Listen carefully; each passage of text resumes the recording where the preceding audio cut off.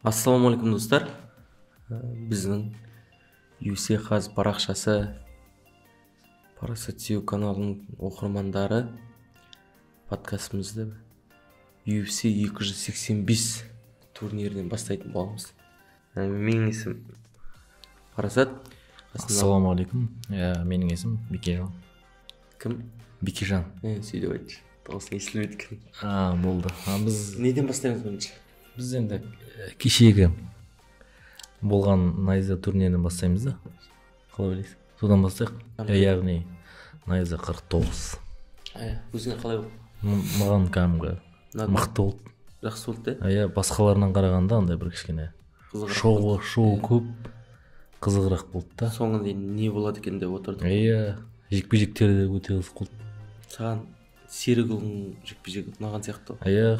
Қалай? Мықты екен. Бұл жас бала деймі. Менімен қатар ғой жас бала дегенде де. Просто кішкене андай бір IQ дей ма? Жетпей қалды да. Борцовский IQ ма? Бойцовский. Бойцовский IQ, жауынгерлік IQ ғой. Бірақ егер ол кіммен шығатын болса, Жасұлан Әкімжанмен шығатын болса, кәдімгі сұмдық. Жеңіп бат сияқты Жасұланды. Кеше кімнің өзін зорға жеңді. Жоқ, ол кезде ол дейді жаңағыдай болды да, күреспейді. Жасұлан күреседі ғой, жақсы күреседі. Жасұлан күреседі ғой, бірақ ол кәдімгі кірмейді ғой. Неге кіріп жүр? Грэпплингке шығып жүр. Команда бір мінездері бар, ұқсас болды да мен. Екеуің характер. Мінездері дейді кәдімгі. Характер ұнады. Маған да. Дастан Амангелді мен Сұлтан Жолдашбекші. Қырғыз жауынгері топ-еттоптеріне еркін күштен шығып. Өзіңе қалай? Бұл жекпе-жек па? Енді кім жең? Менің ойымша андай болды да. Кіммен? Волконовскиймен Исламның жекпе-жегі бар ғой. Сондай болды да примерно.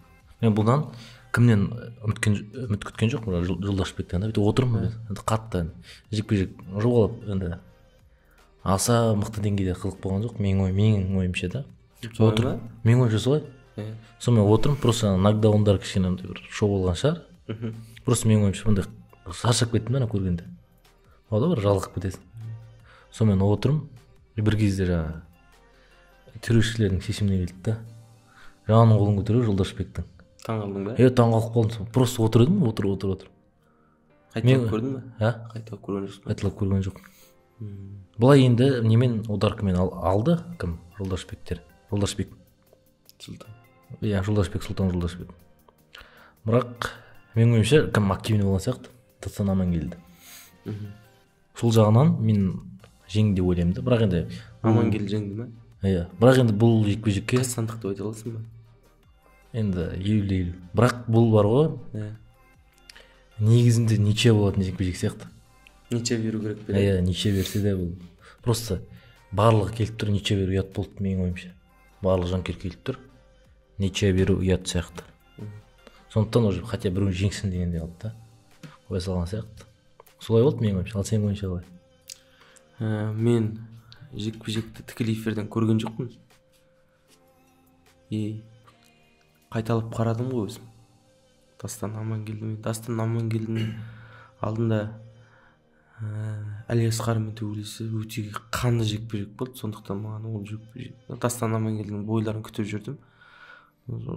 Мен үшін өте керемет, ең мықты топ қоятын жекпе-жектердің бірі болды. Өйткені екеуі де мықты болды. Екеуі де жақсы төбелесті. Бүткіл барлық фанаттар қазақ ММА-ны шок болды. Прям мықты басымдықпен болған жоқ. Хотя ниче, менше Дастан Амангелді жеңген сияқты. Бірақ енді найза оңбағансыңдар дейтін зат емес. Мұндай ұрланып кетті дейтін емес. Жоға екеуі тең болды. Судья аяққа бере салды. Мен өзім қатты түсінбесем де қандай очкомен есептегендерін білмеймін, бірақ Дастан Амангелді біраз жегі барады сияқты. Жеңген сияқты ойлайсың ба? Жеңді дейсің. Ал одан кейін Батырболды айтайық. Батырболды айтайық. Батырболды енді. Найзаны тез айтып кетейік. 285-ке айтайық. Жоқ, 285 болғанда Бекзат Әлмахан Асылжандар бар. иә айтайын, солардан жалпы келген, былай көрермендер кетіп қалмасын деген ғой, қарап отырып найзаны айтып отыр. Кішкентай қысқа да нұсқа Серік Сәпиевпен дұрыс емес. Сәлимханның Мен өз ойынды қысқа нұсқа. Менің ойымша жаңағы болғанқы дұрыс емес. Жаңағы болғанқы дұрыс емес. Андай бір слишком қатты қадады да жерге да. Негізінде көбіне именно сол Батырболда прогиб қадап жатыр да. Негізгі заңы сол прогиб қылу керек сияқты менің ойымша. Просто менің сөзімді кімелейді, жалпы ойлап отырғанымда прогиб кішкене андай бір зрелищный да, көзге көрген уақытта. Ал анау уже кәдімгідей слишком. Серік Сәпиевті желкемен қойып тұрса жақсы бола ма? Жоқ, вообще қатты. жоқ, әдемі прогиб. Қарашы, ешкім ештеңе болмайды. Бар қалғанда жай болып, прогиб дейтін ең қатты ғой желкемен қойып. Жоқ, сен прогиб қарашы жаңа жерде қандай прогиб болған. Вот, олардікі жай прогиб. Соны айтып отырмын мен. Ал ананда үстінен жаймен қойса да болатын еді Сәлимханда.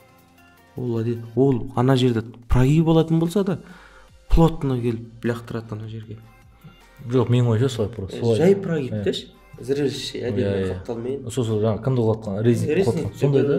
Сондай сияқты. Менің ойым солай да. Ол просто білмеген сияқты. Жоқ, жаңағыдай Олимпиада чемпион білмеді деген ұят, бірақ енді просто жаңағыдай заңдарын білмеген сияқты менің ойымша. Менің ойымша солай. Бірақ дұрыс емес болды. Ал сенің ойың? Менің ойым дейтін, ол білмеді деген өтірік әңгіме. Ол қазір резник барлығы шыққан кезде біз күрестің жігіттеріміз. Қазір біз ол біздің ойын біз қазір көрсетеміз деп шықты. Солай емес пе? Қазір боксерларды көрсетеміз деді. Ниязымбетов, ана команда, мына команда Сәпиев өзін көрсетеді деп, ол жерде камера тұр, ол жерде барлығы тұр, мүлде дұрыс емес. Біріншіден заңсыз ұстады, екіншіден мен бәріне дейші, бұл бар ғой, егер де профессионал түрді болатын болса бар ғой, бұл жайға дей ме бір-бір? Жоқ, бұл дейді. Артем Резников бұл жайға дей ме? Қатты кетіп қалады. Кешегі Хабибтің жігіттері қырғын болады, серіктер оны жоқ. Бұл футболдағы шоу матч бар ғой, легендалар ойнайды. Жай күліп жүреді, судьяның өзі гол салып бітеді. Бұл сондай шоу матч да, просто шоу жай. Жай ғана сол ретінде қарауымыз керек та. Бұл любительский емес, бұл Серік Сәпиевтің өзі дейді. Біріншіден Серік Сәпиев бірінші барып өзі кешірім сұрады. Сол кезде келесіде олай істемеді жаңағы. Үйту өзінікі дұрыс емес. Келесіде раздевалкада қарайған сотқа тұр, елдің көзінше тренері екеуі Серік Сәпиевке тірелді. Серік Сәпиевке паразым сұрады, бірге бір шығасың ба деп. Ол андай мотивация, ол андай не алғысы келді. Көрдіңдер ме жігіттер, Серік Сәпиев қысып қалды деген сияқты. Жоқ, ол дұрыс емес. Сондықтан ол жігітке кешірім сұрау аз сияқты меніңше. Ондай адамдар біздің чемпионымызды білмеу. Мен даже Ольга Шишигинаны білемін. Жүгіретін. Баяғы 2000 жылдар қатысқан Ермұхамбет кімді білемін. Иә, түсіндім. Иә. Ибрагимовты білемін. Бекзат Саттархановты білемін. Барлығымен олимпийскийді алмаған 2004 жылы Сиднейде күміс алған Головкинді білемін. Қай жылы ғана алғанын білемін. Мен күреске қатысым жоқ болса да, бокс қатысым жоқ болса да, 2008-де Ақжүрек таңа тарттым. Винокуровтың. Мен вообще спортқа жоқ, бірақ адам кішкентай кезден бастап өседі ғой. Әнұранды жатқа біледі. Ол да үйінде Қазақстан каналы бар дейсің ғой да? Қазақстан каналы болсын болмас. Оның арманы болды ғой. Қазақстан осындай алтын алды. Сен олимпиадаға шығып жүрген жігіт, шығатын жігіт, елдің намысын қорғаған жігіт, олимпийский чемпион. Соның ішінде бокстағы номер 1 Серік Сәпиев. Ондай титулный адам болған жоқ. Болмайды да сияқты. Белл Баркер кубогында алды, бірақ жаңа нені де алды. Әлем чемпионатын 2 рет қатарынан алған адам жоқ. Бокста тарихында, Қазақстанда. Данияр болсын, Артаев болсын, 2 рет әлем чемпионатын қатар алған жоқ. Сондықтан ол дұрыс емес. Ташы спорттан Қазақстан несі бойынша 1 жылдан қуып кетсе де, 1 жылдан спорттан тренер екеуін шектесе де болады. Мен қарсы емеспін. Зато барлығына үлгі сабақ болады. Түсінікті. Енді қалай келесі не көшеміз да? Бекзат. Бекзат Алмахан. Қалай жекпе-жек көрдің ба? Бекзат Алмаханның типа UFC шоу мүмкіндігі жоғары ғой. Сен шығардың сол постта? Сол кезде көрдім. Аргентинецпен шықты, жақсы жеңді. Ұнады бой. Тек андай лайықты түрде жеңді деп ойлайсың ба? Лайықты жеңді. Осымен қалай UFC-ге? Жоқ. Менше қиын. Тағы да 1-2 зрелище өткізу керек сияқты. Сол несінің чемпионы болу керек сияқты. Сол арабтардың. Келесіне Асылжан UFC-дің жігіті негізі. Менше UFC-ге менше Асылжан керек сияқты. Не себепті ол? Соққыр жігіт қой. Ударник. Әдемі төбелеседі. Ағылшыншасын көрдің бе? Жоқ, ағылшыншасы кіммен? Әдемі. Мен Асылжанмен бұрын танысқанымда. Асылжан деген жуас жігіт көрген. Өте жуас. Тәуір жігіт. Сонымен Асылжанға да кімге де Бекзатқа да сәттілік тілейміз. Сәттілік тілейміз. Енді келесі біз UFC 285. Ботбай Ботақан деген айтты мойын, бұл жерде прелимнің өзі. Тәжеге барайын тұр ғой. Жақында екінші таджик неге шайын деп жатыр? UFC-ге шайын деп жатыр. Қоймай дебют та? Дебют. Аргентинецпен шығады екен. Бернс қоймай, ойбай жаңағы. Мықты демаласынан Бернс. Шапқаттың залында ма сонда бұл? Сол залда, сол залда болғанда жаңағыдай Макгрегор тапқа алайын деп жатырды ғой. Бармай алға. Жоқ, осыны алмай қалды деп Бернс жазды ғой. Бәрін шығарып жатыр. Дұрыс емес мынау. Неге UFC-ге лайықты жігіт деп те Бернстің өзі айтқанда. Енді бір деңгеймен кірген ғой деймін уже.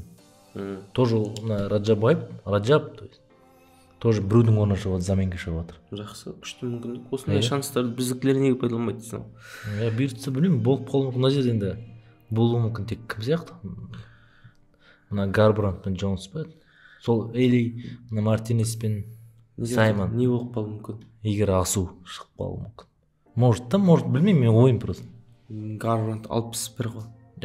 Лик Чейш.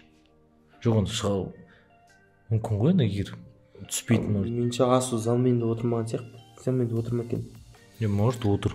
Білмейміз ғой. Отырмаған сияқты, потому что дайындықтары весовонкада ол жоқ сияқты. Мүмкін отыр. 61, мүмкін 61-ге спокойно қуа салады.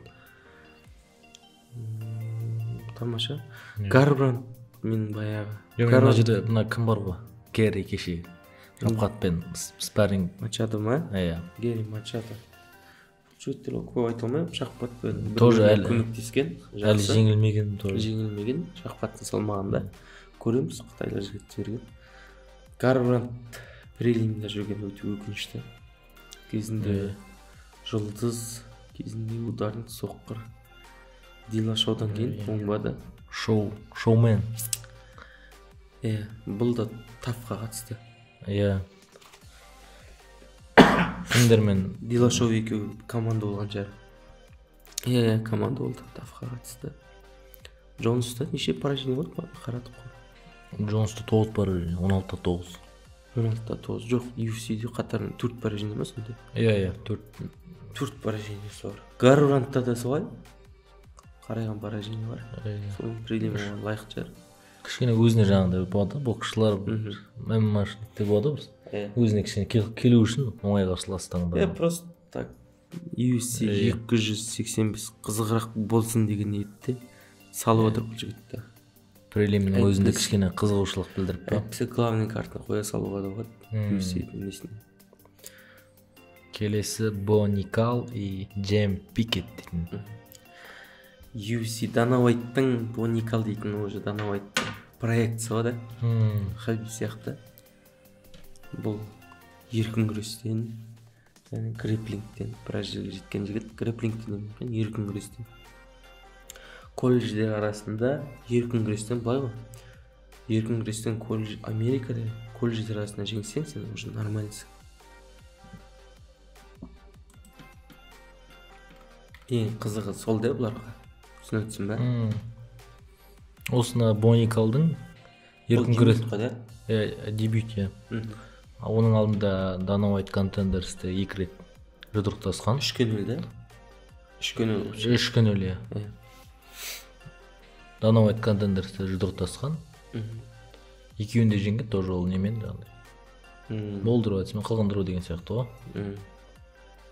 Енді осына неге майн картқа негізгі картқа не қойды деп ойлайсың қалай? Негізгі картқа өйткені ертең көруші адамдардың бәрі перелимді сатып алмайды. Тек майн карттың өзін сатып алады. Тек бір-ақ рет көреді ол жақта Америкада. $10 бірдемеге тек майн карттың өзін сатып аламын дейді. UFC Fight Fast'та. Сол кезде көрсін, танысын, болашақ аралассын дейді ғой ағайын-тумамен. Болашақ Хамзаттың қарсыласы деп үміттенеміз. 80 салмақта менше біраз жерге барады екен. Бұны зерттеп қараған кезде бұл айтты ғой, Дағыстандық шешен жігіттердің орнына қоямын дейтін интервью бар. Хамзатқа тікелей Хамзатпен шыққың келеді деді ғой. Иә, сол салмақтағы. Мынау қазір жеңетін болса, ертең тағы да. Бірақ бұған мешокты қойып берді ғой. Пикет дейтін. Неше пара жеңді? 5 пара жеңесі бар жігітті. 4-5 пара жеңесі бар жігітті қатарынан главный картта мәдетті. Не бұрын звездада болған жоқ, не түкте дымда өтірген жоқ. Бұл да проекті, бұл да шоу. UFC болашағын ойлайды, көрдің бе? Болашағын ойлайды. UFC боятистердің болашағын. Бизнесін ойлайды. Бұл да бір серияның бастамасы. Иә, бір серияның бастамасы. Гамрот и Тернер. Джалин Тернер. Тернер ерекше. Екінші салмақ. Ортасы жеңіл салмақта. Кімдердің салмағы? Исламның салмағында. Гамрот Даруиштен жеңілді, Царукянды жеңді. Мен түсінбедім осыны. Қалай, қандай деңгей, не деңгей? Гамрот ма? Иә, бірақ мықты екен. Иә, мықты. Күресі несі жақсы. Мен әлі түсінбей жатырмын. Даруиш кетті алға. Мен мықты екен не осы. Бір ай қалған кезде шығам деді ғой. Бір ай қалмады даже, да? Азғандай күн қалған кезде, 20 күн қалған кезде шығам деді. Оған дейін қарсыластап алмайды. Риск. Дамир дегенде тіпті біздің UFC.gazға Instagram парақшасына комментарий жазып жіберген жоқ па? Не қылды еді? Қазақша айтшы. Неге кетіп қалды? Зейнетке кетіп қалған жоқ па деген әңгіме айтты ғой. Пенсияға кетіп қалды ғой. Сендер неге Дамирмен шық дейсіңдер. Ол өзі айтты ғой деп бізге комментарий жазып жіберді. Біз шокпыз. Мен ойымша Гамрот бар ғой. Жеңілсе ме? Жоқ, жеңілісі бар ғой. Бір жеңілісі бар. Соңғысы жеңілген да. Соны жаңағыдай жабуда. Жабу. Бір жағына жаңағыдай қысқа мерзімде шығып тұр. Бұл да плюс болады. Осыны егер жеңетін болса, уже тіке атып кетеді да.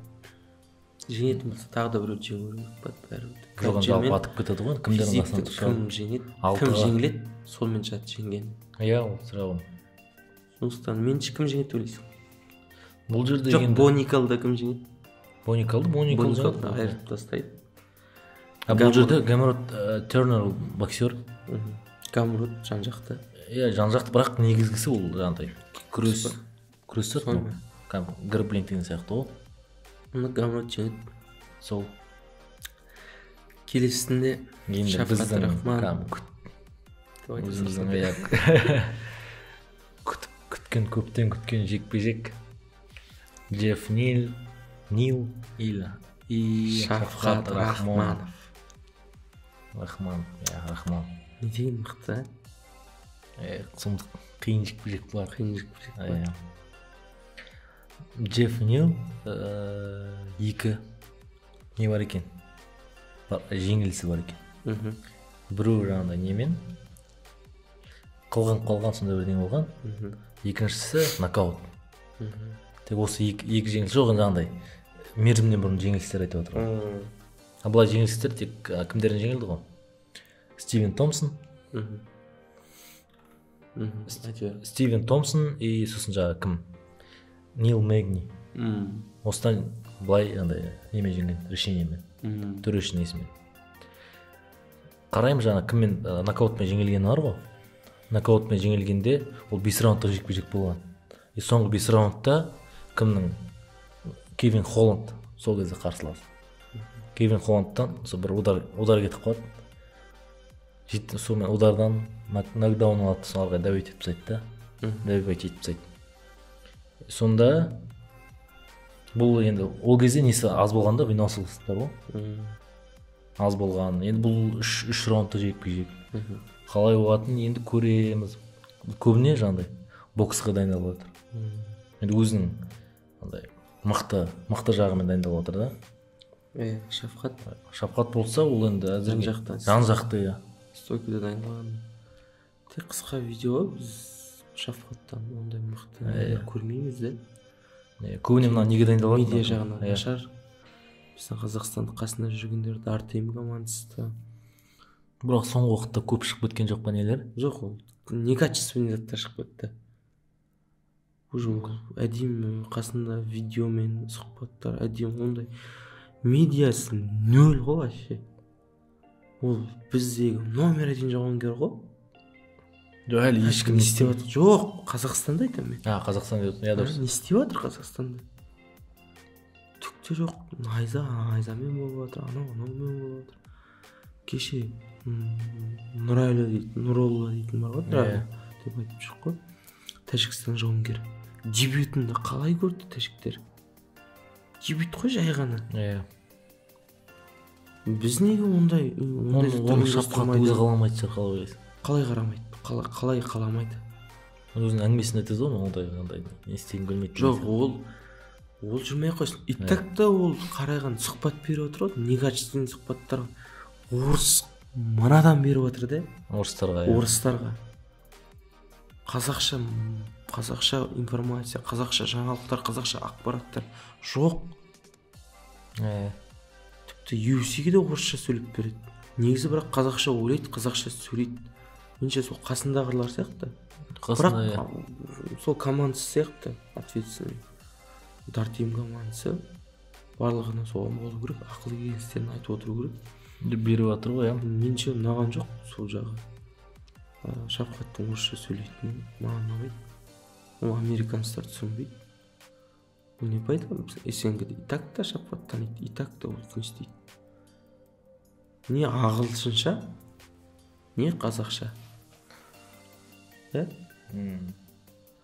Жекпе-жек туралы айтамын сосын арғы. Жекпе-жек менше Шафқат жеңе сияқты, бірақ қиындықпен келуде мүмкін, оңайлықты болды. Белгісіз. Бірдеңе деп айта алмайсың. Қиындау. Случайно соққыда оқып қалуы мүмкін. Біз бұл жерде бұл әңгіме былай да, біз бұл жерде Джефф Нил емес, Шафқат Рахмоновтың әзірге толық ашылғанын көрген жоқпыз. Көрген жоқпыз. UFC-де көрген жоқпыз. UFC-де көрген жоқпыз, сондықтан жеңіле ме, жеңе ме, ол уже белгісіз да. Әлі 5 раундты өткізіп көрген жоқ. Соңғы кездесулер ашылды, қалай дайындығы, қалай қандай жағдайда екен ертең көретін боламыз. Егер спокойно жеңіп тастайтын болса, онда біраз үміт күтеміз. Ал егер қиын болатын болса, удар кісіні өткізіп жіберіп қоятын болса, қиын ғой. Клинчке, сеткіге тақап алмайтын болса, менше мерзімінен бұрын Шафқат жеңеді сияқты.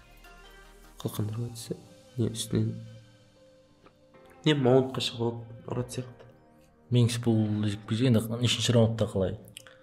3-ші раунд, 2 или 3-ші раунд. Мен 3 сияқты, мен 3-ші раундтан бір орта жақтарында не жетпей қалды сияқты жаңағы кімнің. Может, мен ойымда просто. Күші жаңағыдай да. Или жаңа неге барады? Төрешілердің шешіміне бар. 3-ші раундта жеңеді. Мен ойымша просто. Солай. Төрешілер шешіміне барса, екеуі жобамен бірдей болып тұрса, кімге береді деп ойлайсың? Шафқатқа береді. типа шоны реди қылсап не істеп жүрмейді ма ол кезде ситуация қандай болды? жеңіп қалды ғой. енді қалай болды, қалай Белал қалай жеңді оны көрдің ғой? Спокойненько. Иә. Оған ничего беретін болса Рахмановқа береді. Иә, сол ғой. Кейін Шафқат та UFC-дің проектісіне айналып бара жатыр. Оны кезінде айттық подкасттарда. Сондықтан көреміз. Бірақ қиын болады. Бірақ біздер ойбай Шафқат айырып тастайды. Шафқат жеңіліп қалды мүмкін. Бәрі мүмкін, иә. Рештің барлығы мүмкін. Болған дайын болған. Қазір ертең жеңіліп қалсын, болды, қоя ғой, жеткен жерім осы екен. Иә, біз не істеп жүрсек деген. Иә, біз банат болып жүрсек деп бір тиын ақша беріп отқан ештеңесі жоқ. Түкті үкіметтің атынан ештеңе шығып жатқан жоқ. Ойбай мынандай екенсің дей салады. Сондықтан барлығына дайын болуымыз керек. Мысалы мен өзім барлығына дайынмын. Жеңіліп қалса да Шафқатпен до конца барамын. Сол менің ойымша, может енді Құдай сақтасын.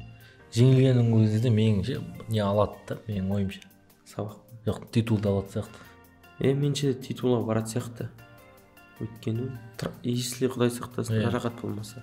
Иә, бұйыртса енді күтеміз соны. Егінен салмақ өлшеуге дейін күтеміз. Шафқаттан қалай салмақ, қандай қиындықпен кететінін оны білмейміз.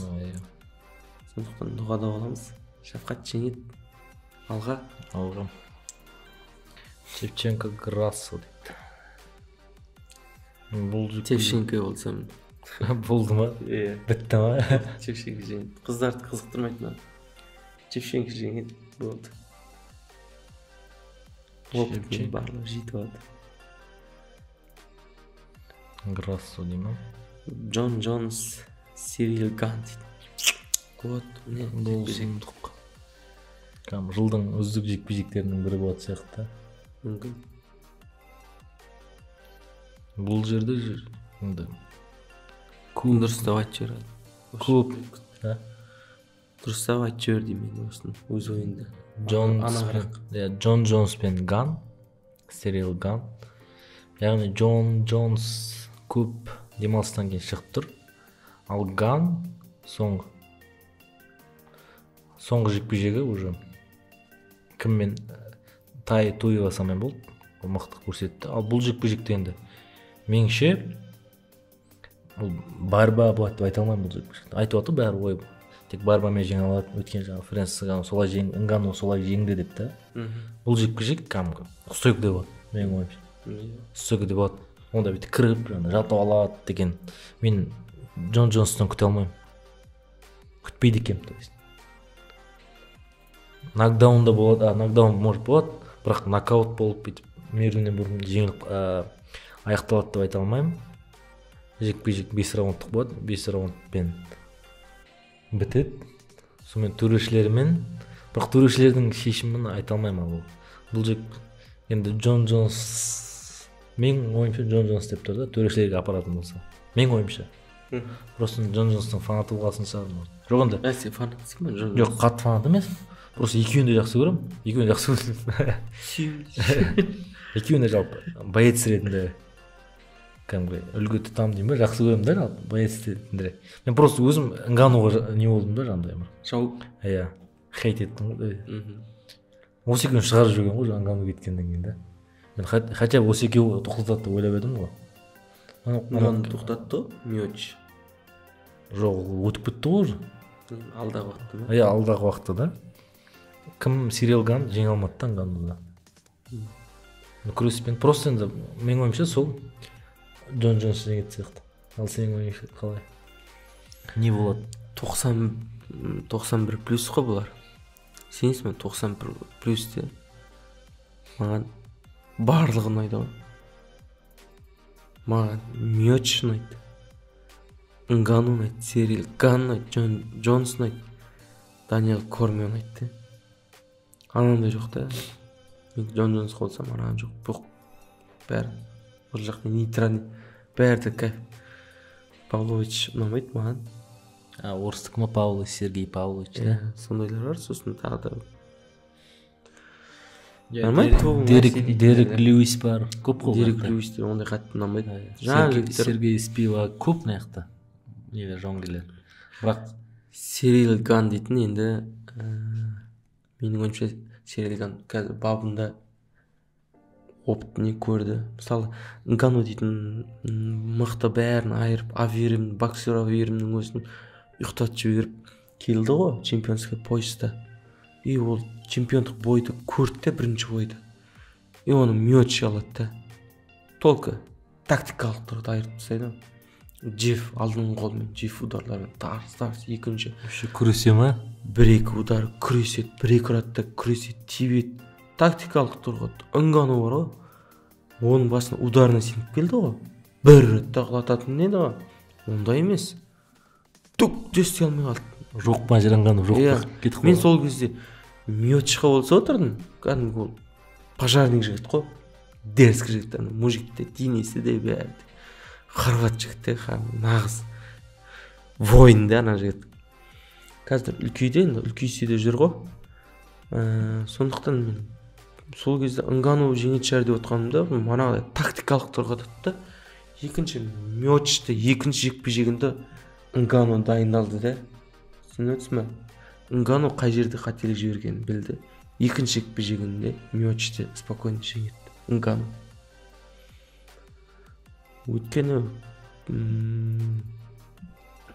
Өйткені ол көрді де басында жеңілісті қандай болады. Сондықтан Сирил Ган да Нганудан жеңілді ғой. Тактикалық тұрғыда жеңілді. Ол да спокойно жеңіп алам деп ойлады. Ойламаған шығар, бірақ енді не істеген шығар, бірақ енді өзіне сенді ғой енді Сирил Ган. Бірақ тактикалық тұрғыда Нгану мықты болды. Чемпиондық поясы бар адам, чемпиондық қорғанда чемпион мықты болады каждый. Меніңше қазір Сирил Ган ғой чемпион. Енді вакантный ғой чемпион, орны жоқ қой. Бірақ Сирил Ган Нганудан жеңіліп көрді, жеңісті де көрді, неше түрлі жеңілісті де көрді. Жасы да, барлығы да бабында тұр. Сондықтан мен Сирил Ган жеңіт сияқты мен үшін фаворит сол. Бірақ мен 50-50 енді, бірақ енді 49-ды 51 есебімен Сирил Ганға берем да. Өйткені Джон Джонстың шықпағаны да көп болды. Ол ударды қалай спарринг өткізеді ғой, бірақ спарринг өткізгенде кәдімгідей төбелескен сияқты болмайсың ғой. Прямо қатты сен қорғайтын нелерің бар, сен боксерский печаткаң болады, кәдімгі төбелеспейсің. Сондықтан Сирил Ган көрді қалай болады, өзінің чувствоясы, өзінің күші, өзінің демі, өзінің қай жерге де жететін выносливость, қай жерге де баратынын біледі ол. Қалай ұту керектігін де біледі. Опыт Джон Джонста да бар, бірақ ортасында пауза көп. Сникерспен кола ашып жүрген кезде Джон Джонс дейтін талант жігіт қой, негізі пақыр деп айта алмаймын. Абдулманап Нурмагомедовтың өзі мойындаған.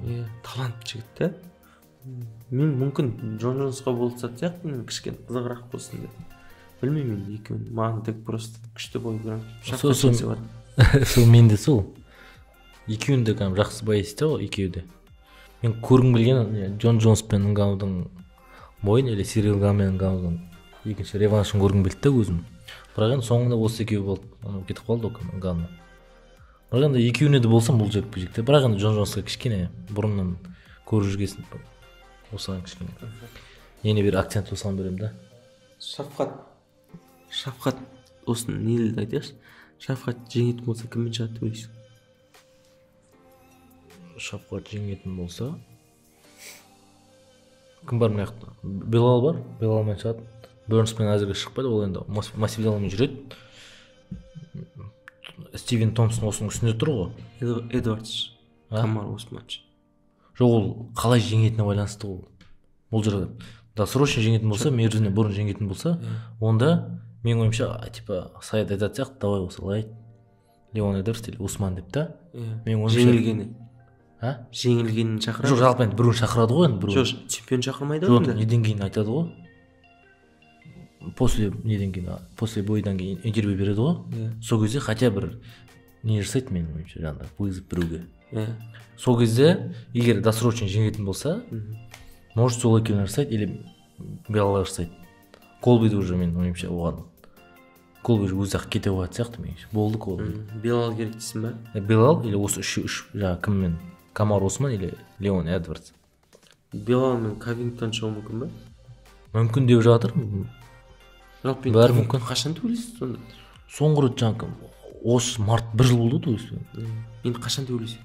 Жақын төбелесу керек қой, осы жылы. Төбелесу керек, иә. Кіммен төбелеседі? Белал деп жатыр ғой, енді басқа ешкім жоқ. Белал кіммен төбелеседі? Хамзат кіммен төбелеседі? Хамзат уже средний кетеді. Орта.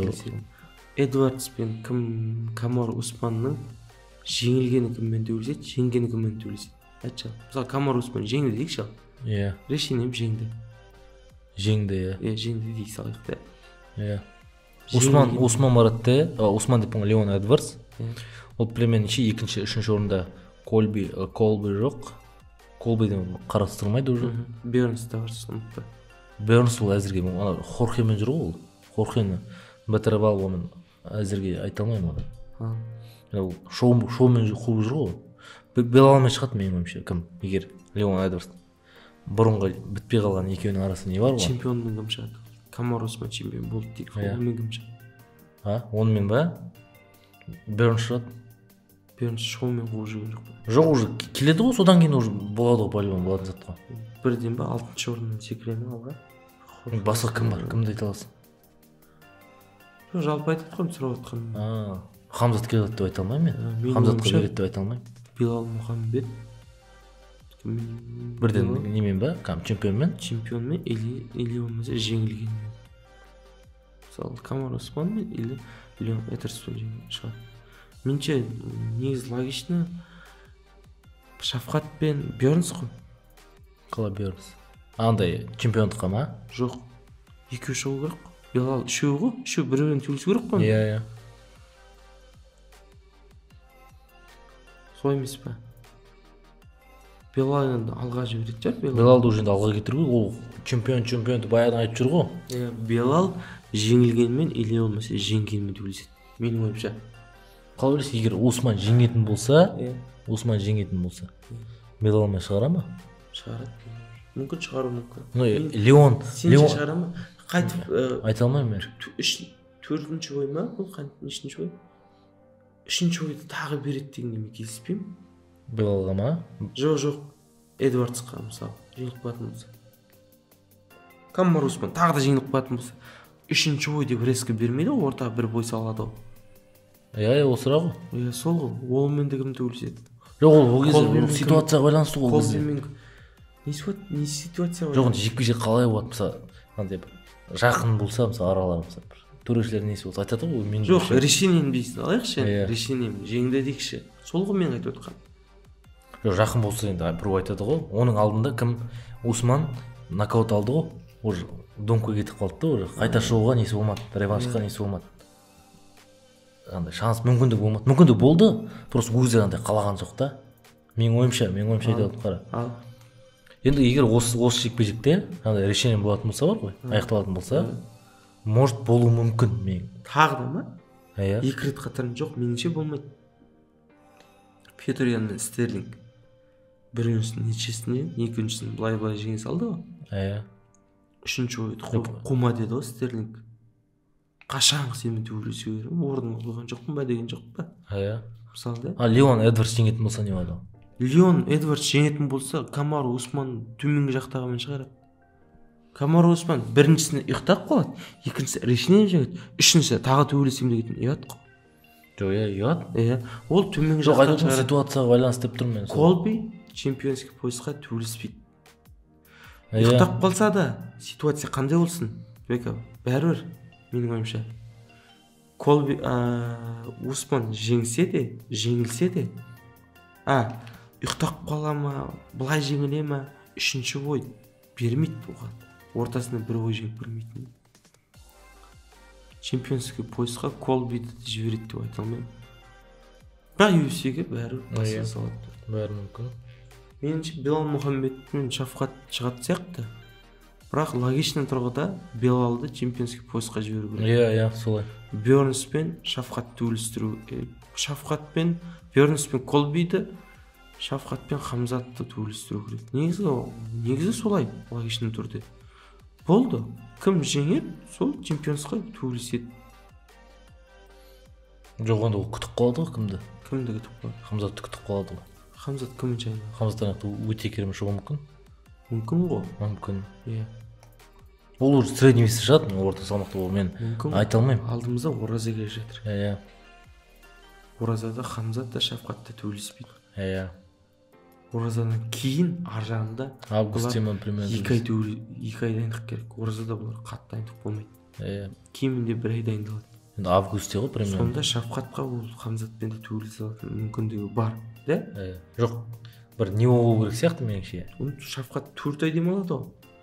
Ораза қашан? Ораза 21 мартта, наурыздан кейін басталады, да? Сәуірде аяқталады 22-ші. Мартта болады, сәуір болады, ар жағында май болады. Август или сентябрьде бір бой болу керек. Вот сол кезде төбелесе алады. Жекпе-жек. Бірақ енді жоқ, жақсы болды. Бір зат айтып жіберейін. Айтып жүр. Бір мысалы Шафқат пен Хамзатты төбелестіру үшін бірдеңе болады сияқты, болу керек сияқты. Мен ойымша. Сен айтып отырсың ғой, егер уже Шафқат енді Құдай бұйырса деймін да, Құдай бұйырса деймін. Төбелестіре қоймайды. Сол айтып тұрған ғой. Төбелестірмейді оны, өлсе де төбелестірмейді. Жалпы деген ғой, мен өзіміздің ойым ба? ММА фанаттарының ойынша логичный түрде есеп бойынша солай болу керек та. Ал так білмедім кім қаяққа баратын. Не көреміз, енді уақыт көрсетеді. Шафқат айтқандай. Время покажет дейді. Көреміз. Конкурс жасаймыз ба? Конкурс жасау болады. Қандай конкурс жасаймыз? Типа мыналардың жеңгенін перелим емес, майнгард бар ғой. Иә. Негізгі картта соның барлығын дәл тапқан адамға өзіміздің сыйлығымыз бар. Мүмкін бір ай тегін. Уже. Бір ай тегін. Біз кәгірдешекай бар дейсі. Біздікін көреді дейсі. Мүмкін сетантадан бір айға UFC алып береріміз. Басқа да көреріміз дейсің ғой. Басқа да бір мүмкін кепка, мүмкін футболка, UFC жайлы. Жақсы мүмкіндіктеріміз бар. Сондықтан подкаст көріп жатқаннан міндетті түрде лайк басаңыздар, міндетті түрде колокольчик қоңыраушаны басыңыздар, міндетті түрде подписацияны басыңыздар, пікір қалдырыңыздар, комментарий жазыңыздар. Сосын енді бұйыртса біз апта сайын ғой да? Бұйырса енді апта сайын, аптасына 1-2 рет шамамыз келген шығып тұрады, шығып тұрғымыз келеді. Тырысамыз. Біздің басқа да жұмыстарымыз бар. Біз бұлмен үйіміз асырап атқан жоқ. Сондықтан бізге үлкен қолдау керек. Біз астымыздағы видеоларымыз шығып тұрғанға лайк басып, көріп, комментарий жазып қолдап кетіңіздер. 3-4 комментарий болса да бізге үлкен жеңіс болады. Сонымен солай дейік, солай боларына сенейік деп бітірейме бар еді. Шудағы ма? Жақсы сонда, сау болыңыздар. Ассалаумағалейкум.